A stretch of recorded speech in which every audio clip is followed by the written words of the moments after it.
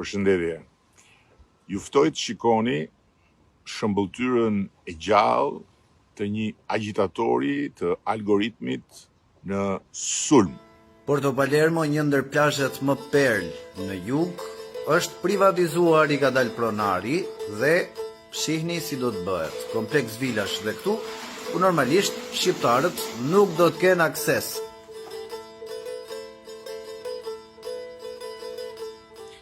Këtu nuk kemi të bëjmë me një interpretim të mbrapsht, të një masterplani që mund të jetë real. Ka për shembull masterplane reale në librin Albanian Files, të cilin inkuizicioni dështak zemrakëve të kohës së zezë të protestës e ka kthyer në një akt akuze për mua. Për arkitektë huaj, 10 prej tyre janë nderuar me Nobelin e arkitekturës, Pritzker Prize. Këtu nderohen me një akt akuz. Janë masterplanet porositura nga subjekte private në troje private, të cilat arkitektët kanë zgjedhur t'i vendosin në dosjen e tyre në libër, në liri të plot, dhe ka prej tyre masterplane që nuk janë pranuar nga Këshilli Kombëtar i Territorit, provë që Këshilli nuk është fasad, po është institucion serioz.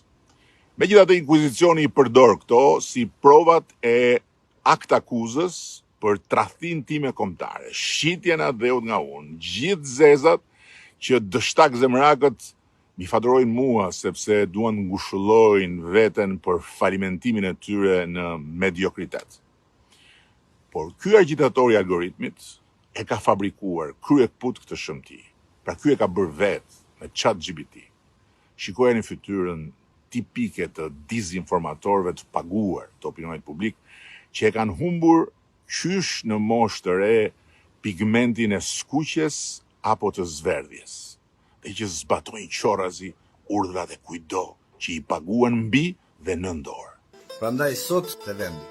Po dini cila është ironia më e madhe në këtë rast? Se ka plot të tilla, po pse zgjodha këtë? Sepse pasi kemi kthyer një sër kërkesash gjatë viteve për ndërtim në atë zonë, ku është bërë dhe një batërdi me titull pronësie të dhënë Kuturu në kohën e coptimit madh të pronës në Shqipëri, unë personalisht i kam kërkuar qeverisë të miratoj mbrojtjen e krejt gjirit Porto Palermos nga ndërtimet. Dhe kemi shpallur atë gji monument të natyrës. Ndërkohë që me Ministritë e Mbrojtjes dhe të Kulturës po mbyllim projektin e Muzeut të Luftës së Ftohtë tek tuneli, si dhe rehabilitimit për qëllime turistike të repartit bashkëngjitur. Jetojmë në një kohë shumë të vështirë për të vërtetën, por ky nuk është justifikim. Kjo është dhimbje. Dhimbje për aq shumë njerëz të mirë dhe të sinqertë që helmohen dhe mbyten në kanalet e dizinformimit. Po kjo është edhe një ndjesi faji, përgjegjësie, borxhi torturues ndaj tyre, sepse unë nuk kam ditur të bëj dot sa duhet, nuk kam ditur ta bëj si duhet, për t'i mbajtur të informuar, për t'i parapërgatitur, për t'ju dhënë mundësinë që të kenë një farë imuniteti nga gjithë viruset e atyre kanaleve, dhe më shkurt, më thjesht, për të qenë më pranë tyre.